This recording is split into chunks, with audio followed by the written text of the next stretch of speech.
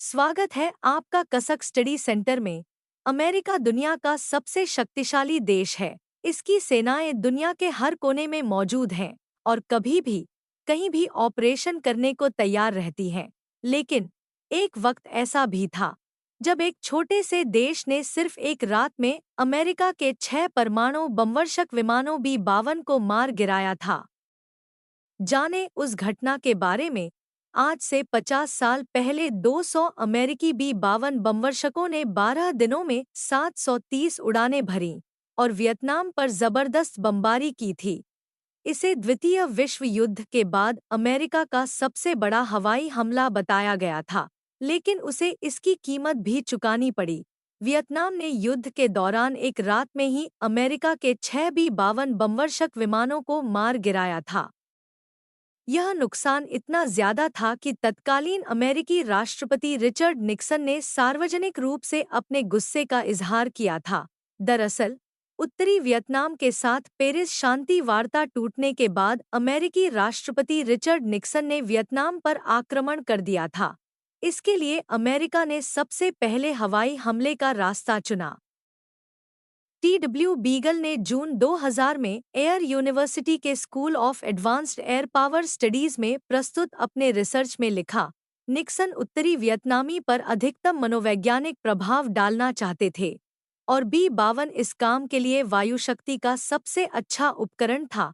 हालांकि इन B-52 के लिए यह आसान नहीं होने वाला था, क्योंकि उनके लिए जो इंतजार कर रहा था वह था दुर्जय सोवियत निर्मित S-75 डिविना एयर डिफेंस सिस्टम। यह सिस्टम मैक 3 की गति से 30,000 मीटर की ऊंचाई तक 195 किलोग्राम के वारहेड को दाग सकती थी। उत्तरी वियतनाम ने लगभग 26 S-75 सतह से हवा में मार करने वाली मिसाइलें SAM तैनात की थीं। इनमें से 21 हनोई हाइफोंग क्षेत्र में ऑपरेशनल थी। इनमें एंटी एयरक्राफ्ट गन और एक ओवरलैपिंग रडार नेटवर्क भी शामिल था। 18 दिसंबर 1972 को गुआम में Anderson air force base AFB से 87 B-52 ने उड़ान भरी। थाईलैंड के you Tapo royal Thai airfield से उड़ान भरते हुए 42 अतिरिक्त B-52 ने भी हमले में उनका साथ दिया, जिससे लाइनबैकर की शुरुआत हुई। यह द्वितीय विश्व युद्ध के बाद से इकट्ठा किया गया सबसे बड़ा हमलावर बमवर्षक बल था।